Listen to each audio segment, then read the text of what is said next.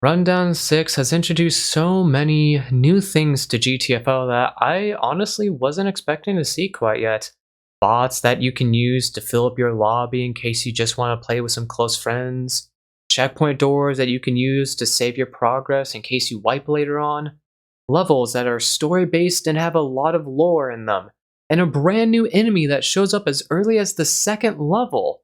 Although, some of you may not have yet seen this new enemy due to having trouble beating this level, so let's see if we could do something about that. Welcome everyone to the R6B1 level guide, where you'll learn everything you need to know to once again be able to GTFO.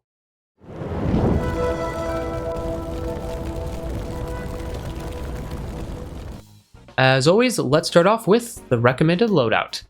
This may be a B tier level, but it is also a story-based mission, which means it's going to be a little bit easier than the average B tier level you can expect to see in this game. And because of that, we can get away with a wide variety of different tool combinations. So for this level, I will recommend one of the classics I always like to take. A bio tracker, a mine deployer, a C-foam launcher, and then either an auto sentry or a burst sentry to finish it off. The bio tracker will help out since there are a few scouts in this level, as well as some zones that have a lot of fog in them, so it can be a little bit more difficult to see the enemies lower to the ground. And if you're a newer player, having that bio tracker to assist you where your eyes might fail you can be very beneficial.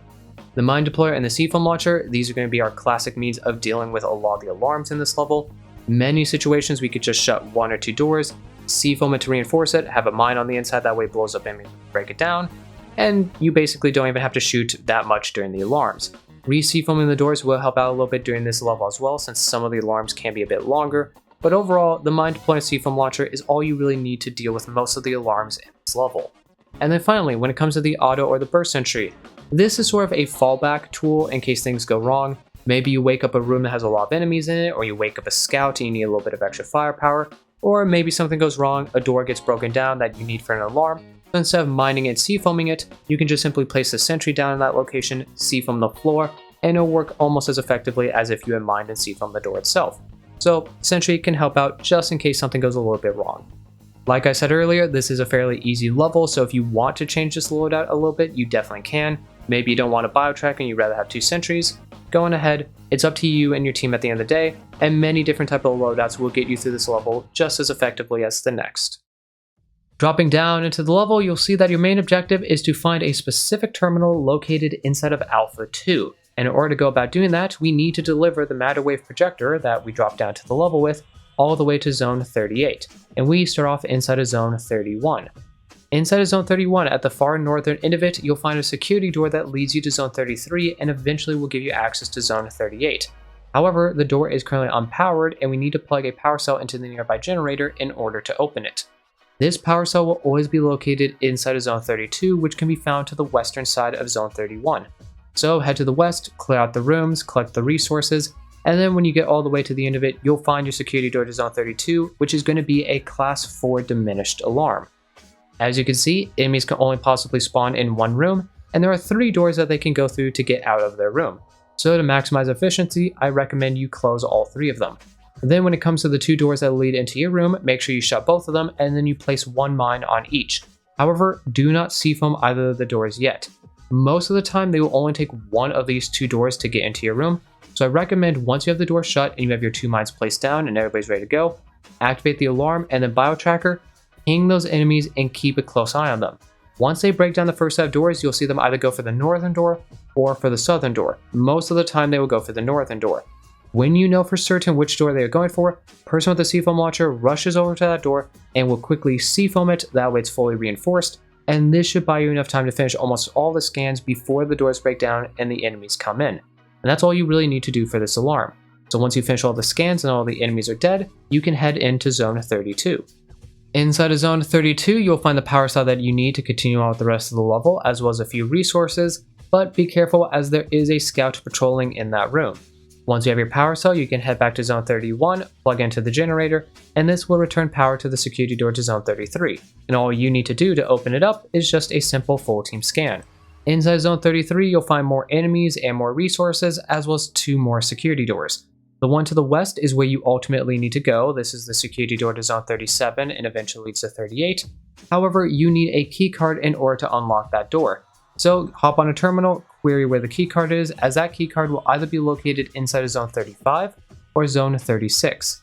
Once you know where you need to go, head to the northern end of Zone 33, and at the bottom of the stairs you'll find a security door that leads you to Zone 34.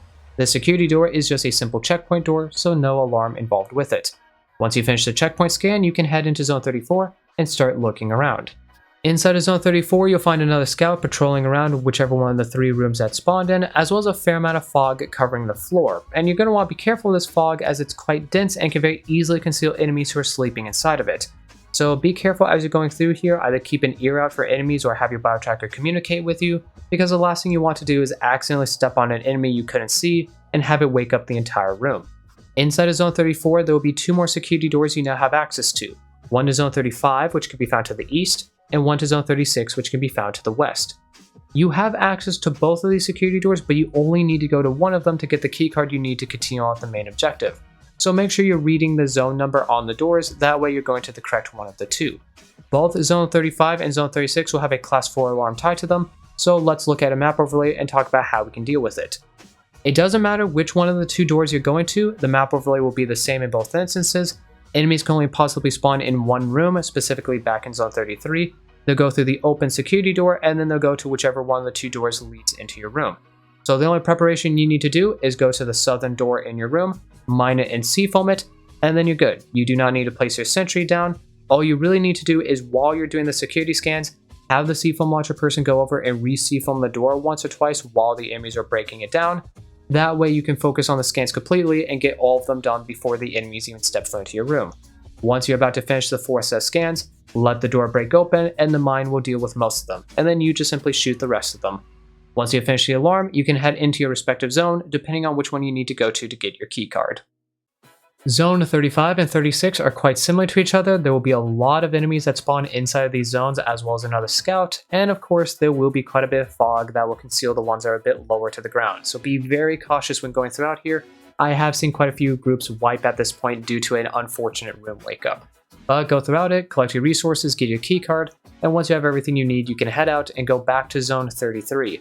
Head to the western security door, Zone 37, plug your keycard in, and you'll see that the door has a Class 5 diminished alarm tied to it. So once again, let's look at a map overlay for this alarm. As you can see, enemies can spawn in 3 different rooms, 2 rooms to the north, and 1 room down to the south. If they spawn from the south, there is only 1 door that they can go through that you can actually reinforce, so we're going to mine and seafoam this door right here. As for the north, there are 2 doors that they can go through. However, one of these will be broken down because of the previous alarm. So you're going to mine and seafoam the door that isn't broken down, and then for the other door, you're going to place your auto or burst sentry somewhere in the hallway facing towards that broken open door. Then you can just spray seafoam on the floor in front of it. That way, if enemies do spawn from that direction, they will be slowed or frozen completely in place by the seafoam, and the sentry will be able to thin their numbers a bit.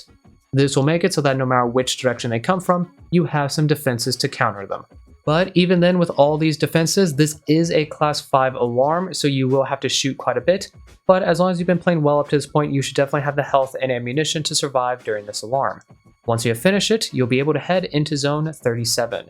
Zone 37 doesn't really have anything I need to take note of. At the end of it, you'll find security door to Zone 38, and this door is just a checkpoint door, so no alarm tied to it. Once you finish the checkpoint scan, you can head inside.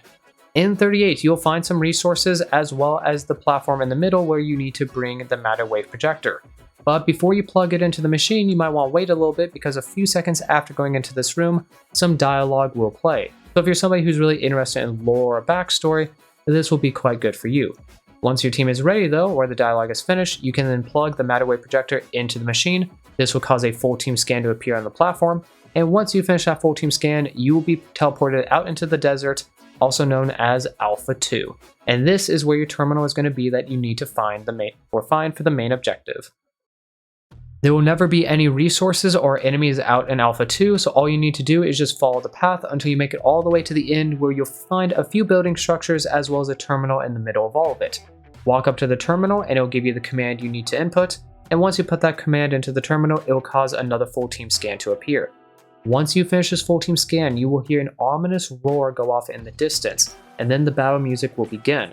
After a few seconds of delay, a new enemy that makes its first appearance right here now will start spawning in. These enemies being known as the Flyers. They're sort of like strikers and shooters. In small numbers, they're not too dangerous, but in large groups, they can overwhelm you and very easily kill you and your entire team. So keep them back at bay by shooting them down a little bit, or if you want, you could just simply run and find some cover, because not too long after the flyers start spawning in, you will be teleported back out into Zone 38. Which you might think, okay, we got teleported out, we're in the clear, it's fine now. Well, unfortunately, you cannot be further from the truth, because a few seconds after you get teleported out, the enemies will also start getting teleported out with you. So once you go back to 38, you need to run as fast as you can all the way back to Zone 31, where your extraction scan is waiting for you. As you're exiting 38 and going to 37, I recommend anybody who has a sentry turn around and place them down facing into 38, and then continue running once again. These sentries will greatly weaken or just simply kill any of the enemies that are coming out, and this will make it so that the flyers will not be hot on your trail as you're running to extraction. Just keep on running, turning around maybe every once in a while to deal with any enemies that might actually catch up to you, and once you make it back to Zone 31, hop into the extraction scan and just wait out there.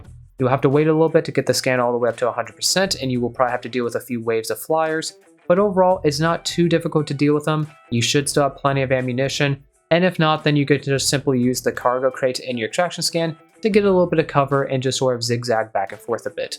But once you get your scan all the way up to 100%, you are done and you have beaten R6B1. And that's all there really is to it. Just like always, if you have any tips or tricks for this level that you want to share, any questions for me, or you just have something in general that you want to say, leave it down in the comments. If you enjoyed this video and found it useful, then consider hitting that like button. It helps out the channel and it helps these videos get noticed by people who really need them. And while you're down there, you might as well hit that subscribe button and ring that bell to get notified whenever I post a new video. I also have my own Discord server, so if you want to go the extra mile and become part of the community I'm building, hop right on in. Link is down in the description. Until next time, don't forget to check out the GTFO merch store and get yourself something special for the holidays, and I'll see you all in the next video.